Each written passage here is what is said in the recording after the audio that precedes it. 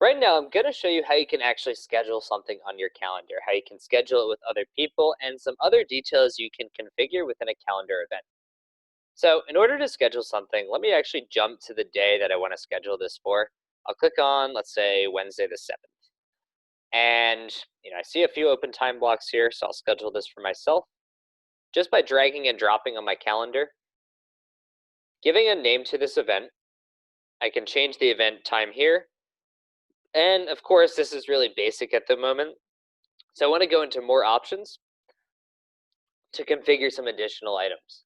So some things that I can configure in this event, I can change the time, of course, whether this event is all day, meaning if it recurs throughout the day, or if this is something that's recurring across a few weeks, few months, etc.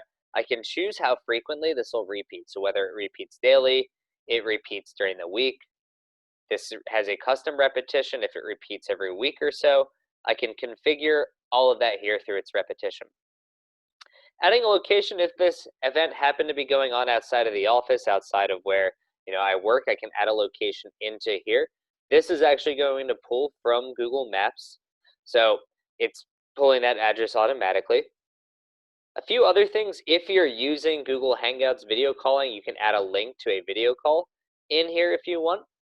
A few other things, changing notifications for the event. One thing to note here under default visibility is if this event is something personal, someone who would normally be able to see your calendar, you wouldn't want them to see the details of this event. You can flip the details to private. What that actually does is make sure that those people who do have view access to your calendar, they can't see the details of this specific event. Down below, you're also going to see adding details into this event. So I can add some text into here, attachments, for example, change that text, etc. And over here, I'm going to see being able to actually invite people to this event. And if I do happen to reserve rooms in my organization, I see those over here. So adding people to this event, these are just going to pull from my contacts list. I can add their names into here.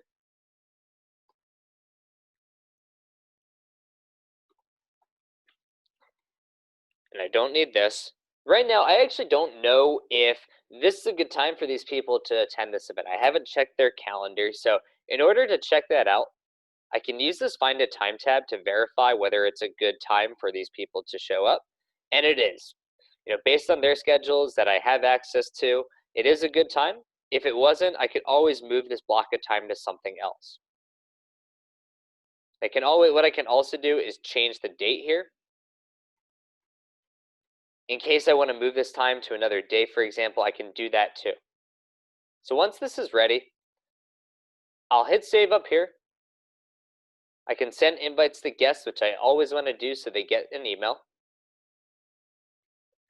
And regardless of who's receiving this, whether this is an external party or someone internal, they're going to receive that event just fine. They're going to receive it as an email, and they'll be able to RSVP to it, and then they'll get the notification. If you ever have to change an event, just click on the event on your calendar that you own. Click this little pencil icon. And when you make changes and you save them, you'll be asked to send out updates. So a good rule of thumb, if this is a major update, you want to send out new invites. If not, you don't need to send out invites. You don't need to send people that extra email. So that's how you configure calendar events, how you schedule things for other people in Google Calendar.